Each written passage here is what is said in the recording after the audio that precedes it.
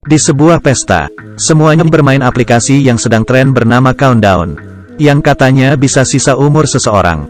Lihatlah, wanita ini masih akan hidup 60 tahun. Kalau yang ini masih 30 tahun. Hanya Courtney saja yang diam. Karena aplikasi itu menunjukkan, umurnya tinggal 3 jam lagi. Melihat ekspresinya yang tegang, teman-temannya hanya tertawa. Mereka tidak percaya itu betulan. Setelah pesta selesai, pacar Courtney, Evan ingin mengantarnya pulang. Tapi, Courtney tahu Evan mabuk. Ia meminta Evan naik taksi. Tapi, Evan tidak mau. Courtney teringat aplikasi itu. Ia memutuskan pulang jalan kaki saja. Tiba-tiba, HP-nya berbunyi. Saat dilihat, waktunya sisa 7 menit. Ia gelisah. Di situ sangat gelap. Ia makin takut. Sesampainya di rumah, HP-nya berbunyi lagi. Sisa 2 menit lagi. Courtney ketakutan. Ia masuk ke rumah dan mengunci pintu. HP-nya terus berdering, seperti peringatan kematian. Courtney panik. Ia segera mematikan HP-nya, lalu mulai menenangkan diri. Ia masuk ke kamar mandi dan mengambil segelas air. Tapi, ia mendengar suara gemerusuk di belakangnya. Ia mendekat. Saat ia membuka tirai, tiba-tiba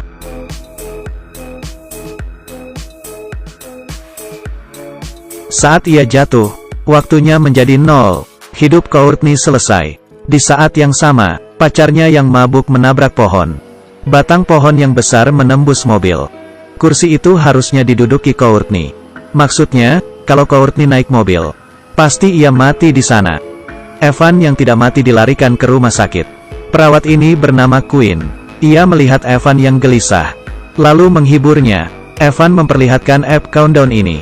Ia juga berkata, sisa hidupnya tinggal 19 jam. Kalau kematian Courtney bukan kecelakaan, ia juga akan mati dengan cara lain.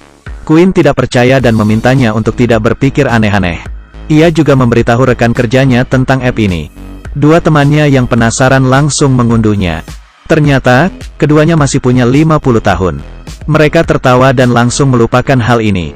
Sepulang kerja, Quinn ikut penasaran dan mengunduhnya. Ternyata, ia melihat, hidupnya tinggal 2 hari lagi. Meski tak percaya, ia agak khawatir. Sementara itu, Evan mau dioperasi. Ia melihat waktu di aplikasi. Masih 3 menit. Jadi maksudnya, ia akan mati di ruang operasi. Ia memutuskan untuk pergi dari situ. Baru saja ia keluar, tampak sebuah cermin besar. Tidak ada siapa-siapa. Ia segera lari dan bersembunyi di tangga. Tiba-tiba, lampunya mati. Lalu, HP-nya berbunyi. Saat dilihat, masih 1 menit 29 detik. Saat itu, ia mendengar suara langkah kaki. Saat mendongak, ternyata Courtney yang sudah mati. Ia terkejut bukan main. Courtney mendekatinya. Lalu, saat waktu di aplikasi kembali jadi 0. Evan jatuh dari tangga dan mati. Esoknya, Quinn dikabari soal kematian Evan. Ia sangat heran. Quinn mengambil HP Evan dan memeriksa aplikasi itu. Tapi, HP-nya terkunci. Quinn pergi ke kamar mayat, lalu mengeluarkan mayat Evan. Quinn mengambil jempol Evan untuk membuka HP. Tapi, tidak bisa. Tak ada cara lain. Ia membuka kelopak mata Evan supaya HP mengenali wajahnya, dan kali ini HP-nya terbuka. Ternyata, waktu di aplikasi sudah kembali ke angka 0. Quinn kembali ke ruangannya dan melihat sisa waktunya tak sampai 2 hari. Ia sangat khawatir. Saat itu, Dr. Sullivan memanggilnya ke kamar pasien. Ia mengira disuruh membantu. Ternyata, Dr. Sullivan mulai melecehkannya. Bahkan, memperkosanya di kamar pasien. Quinn segera mendorong Sullivan sekencang mungkin. Tapi, posisi Sullivan sangat tinggi. Quinn tidak bisa apa-apa. Lagi pula, ia masih punya masalah besar. Quinn mencoba menghapus aplikasi ini. Tapi, gagal. Quinn mulai cemas. Adik Quinn, Jordan datang. Ia ingin menginap di sana. Tapi, Quinn yang ketakutan. Tidak ingin membebaninya. Ia mengusir Jordan. Jordan yang bingung. Pergi dengan marah. Quinn pergi ke toko HP untuk membeli HP dan nomor baru. Ia memeriksa di HP barunya tidak ada aplikasi itu. Baru saja bernapas lega. Saat Quinn keluar dari sana, HP barunya berbunyi. Ternyata, aplikasi itu terpasang secara otomatis. Seperti iblis yang menempel padanya. Di mobil, Queen melihat waktunya sudah tak sampai sehari. Hatinya sangat kalut. Saat itu, ia melihat bayangan hitam di kamera belakang mobil. Saat menoleh, tidak ada apa-apa. Queen makin curiga. Tiba-tiba, ia keluar dari mobil. Tapi, iblis itu sudah hilang. Pria yang mobilnya tertabrak marah-marah. Hampir saja Queen dihajar. Seorang pria bernama Matt keluar dari toko, membantu Queen, dan mengusir pria itu.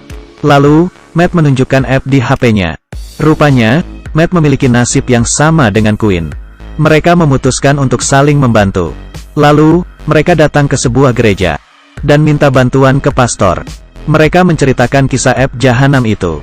Setelah mendengarnya, pastor teringat sebuah kutukan kuno. Menurut legenda, ada seorang ahli nujum, yang memberitahu manusia waktu kematiannya.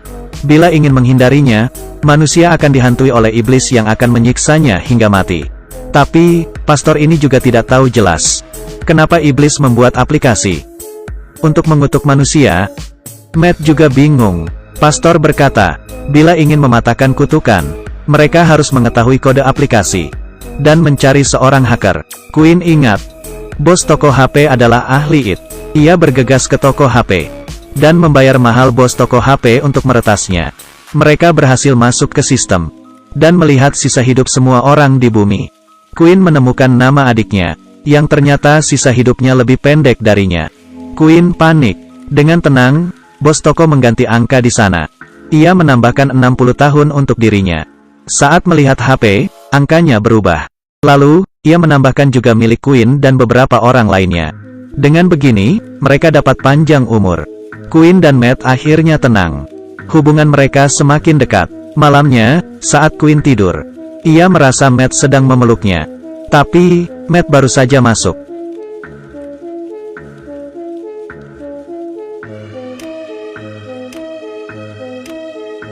Queen panik dan HP-nya berbunyi lagi. Saat melihatnya, angkanya berubah ke awal.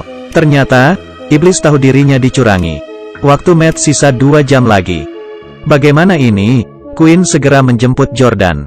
Mereka bertiga bergegas menemui pastor. Queen memotret kode aplikasi dan memberikannya ke pastor. Pastor sepertinya memiliki solusi, hanya dengan melanggar peraturan aplikasi. Kutukan bisa dipatahkan. Maksudnya salah satu dari mereka harus berkorban dan mati sebelum waktunya. Tentu saja mereka menolak. Pastor berkata, kalau begitu mereka hanya bisa berjudi. Mereka harus mengulur waktu dan hidup melewati batas waktu. Pastor mengambil garam dan mencampurnya dengan cat. Ia membuat gambar lingkaran di lantai. Menurut legenda, gambar ini bisa menangkal iblis. Mereka berdiri di lingkaran. Saat itu, terdengar suara raungan di berbagai arah. Iblis datang. Untung saja, lingkaran itu berfungsi. Iblis tidak bisa masuk. Mereka sangat gugup. Saat itu, Matt melihat adiknya yang sudah meninggal. Ia terdiam, dan tak sengaja melangkah keluar lingkaran. Iblis segera menyeretnya. Courtney segera mengejarnya. Jordan juga mengejar kakaknya. Untung saja, Matt masih hidup. Saat ia berkata, aku tidak apa-apa. Matt tertabrak dan mati. Jordan juga terluka. Lukanya terus mengucurkan darah. Queen membawa Jordan ke rumah sakit. Setelah membalut luka Jordan, ia menyadari waktunya tak banyak. Saat itu, ia melihat Dr. Sullivan yang mesum. Queen ingat ia juga mengunduh aplikasi itu. Maksudnya, Queen ingin membunuh Dr. Sullivan lebih awal. Jadi, iblis itu akan musnah. Queen menggoda Sullivan ke dalam gudang yang tidak terpakai lagi. Ia lalu memukul Sullivan dengan tongkat besi hingga jatuh. Queen menggunakan suntikan berisi morfin overdosis untuk menikamnya. Dr. Sullivan melawan.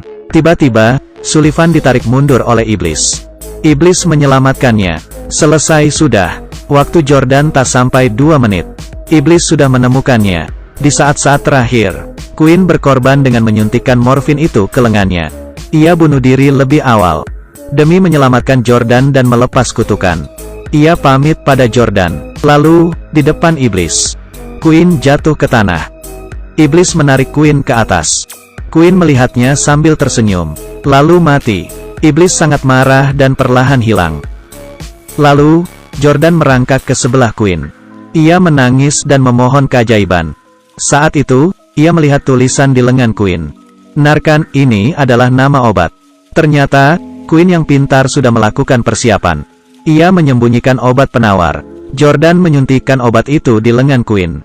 Akhirnya, Quinn sadar. Ia berhasil menipu iblis dan menyelamatkan Jordan. Beberapa waktu kemudian, hidup mereka kembali seperti semula. Dr. Sullivan yang mesum juga ditangkap dan dijebloskan ke penjara. Semuanya baik-baik saja. Tapi, hari itu, HP Quinn berbunyi lagi dengan nada aplikasi itu. Saat dilihat, aplikasi Countdown versi 2.0 telah terpasang.